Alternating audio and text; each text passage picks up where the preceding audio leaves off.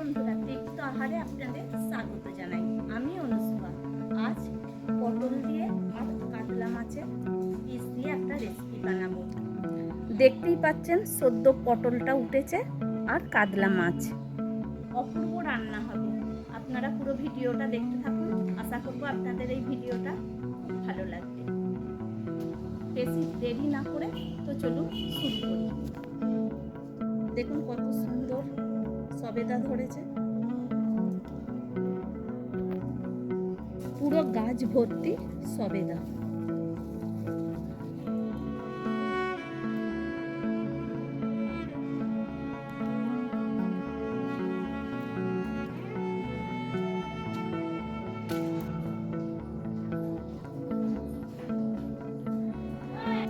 মাছটা একটা অন্য পাত্রে নিয়ে নিয়েছি, ধুয়ে নিচ্ছি।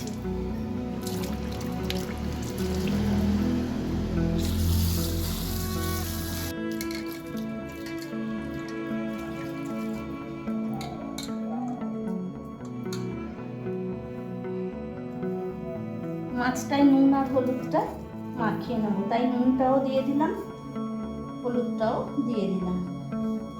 এবার খুব ভালো করে দুটো পিটি মাছে নুন হলুদটা মাখিয়ে নেব।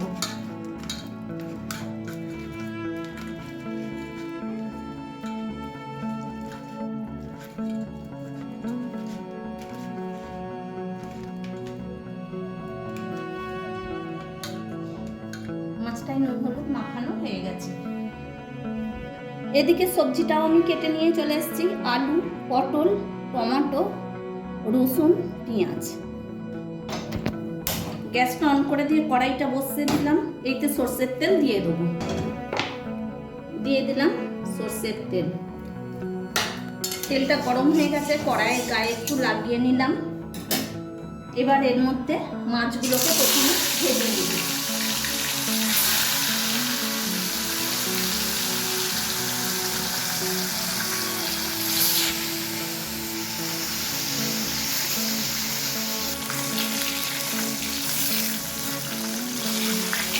মাছটা এবার উল্টে দিচ্ছি। একটা পিঠ ভালোভাবে ভাজা হয়ে গেছে।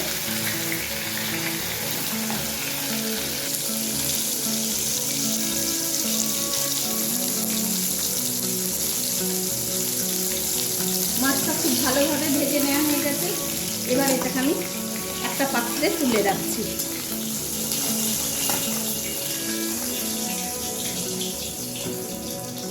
আর আলুটাকে আমি ভেজে নেব।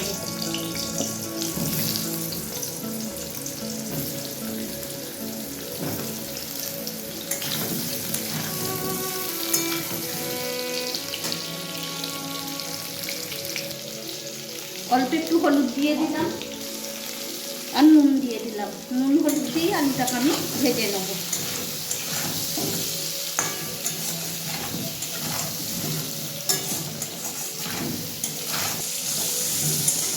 আলুটা নতুন বলে একটু একটু খোসা আছে। এটা কিন্তু খেতে দারুণ লাগবে। এই সময় নতুন পটলও উঠেছে, আলু উঠেছে। এই আলু পটল দিয়ে ওই জন্যে কাতলা মাছের এই ঝোল রেসিপিটা আমি তৈরি করব।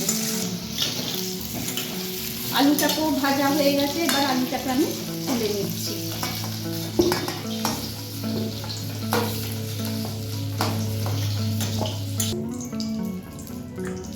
এবার পটলগুলোকে ভেজে নেব।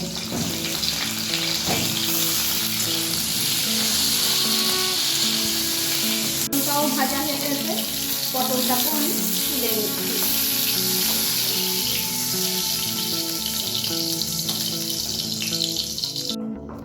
ওই তেলের মধ্যেই হাফ চামচের মতন সর্ষের তেল দিয়ে দিলাম। এখানে আমি একটা মশলা নিয়ে নিয়েছি। শুকনো লঙ্কা অল্প, তেজপাতা, গোলমরিচ, গোলাপ ফুলের পাপড়ি আর কাসৌরি মেথি। এটাই গরম তেলের মধ্যে আমি দিয়ে দিলাম।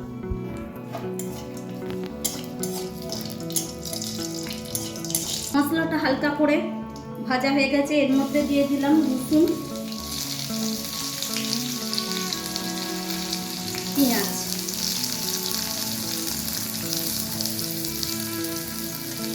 এগুলোকে হালকা করে আমি নেড়ে নেব।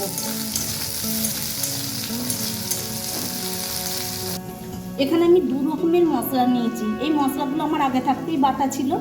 নিয়ে নিয়েছি আদা, রসুন, জিরে আর শুকনো লঙ্কার একটা পেস্ট, আদা, মৌরি, জিরে, ধনে আর শুকনো লঙ্কা অল্প একটু দিয়ে একটা পেস্ট। এই পেস্টগুলো আমার ঘরেই ছিল। পেঁয়াজটাকেও হালকা করে আমি ভেজে নিয়েছি। এই পেঁয়াজ রসুনের মধ্যে এই পেস্টটা আমি দিয়ে দিলাম।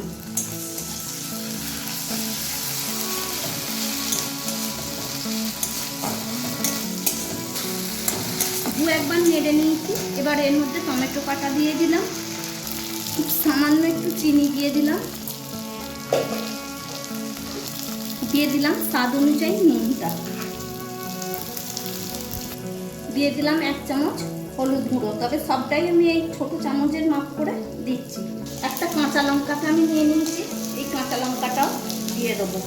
অল্প একটু জল দেবো। এই মশলাটাকে আমি কষিয়ে নেব।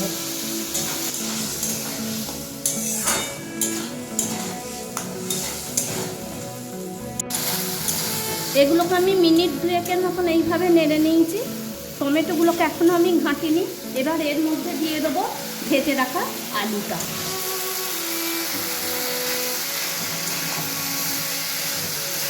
আলুটা দিয়ে একটু আমি কষিয়ে নেব।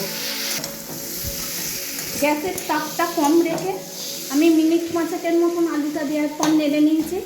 এবার এই টমেটোগুলোকে একটু ঘেঁটে ঘেঁটে দেবো।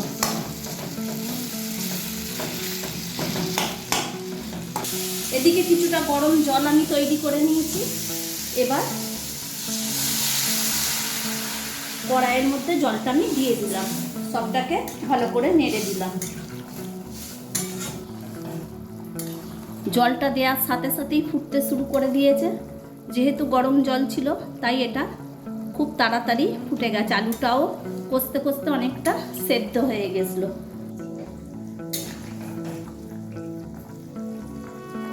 আমি 4-5 মিনিট পর পটলটা দিয়ে দিলাম।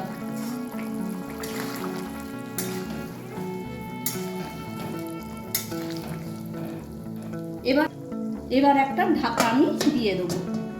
আমি একটা ঢাকা দিয়ে রেখেছিলাম। এবার ভেজে রাখা মাছটা দিয়ে দেবো।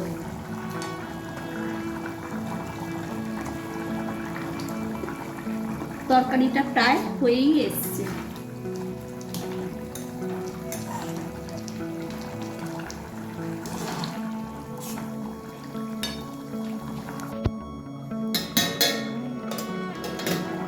ঢাকাটা খুলে দিলাম।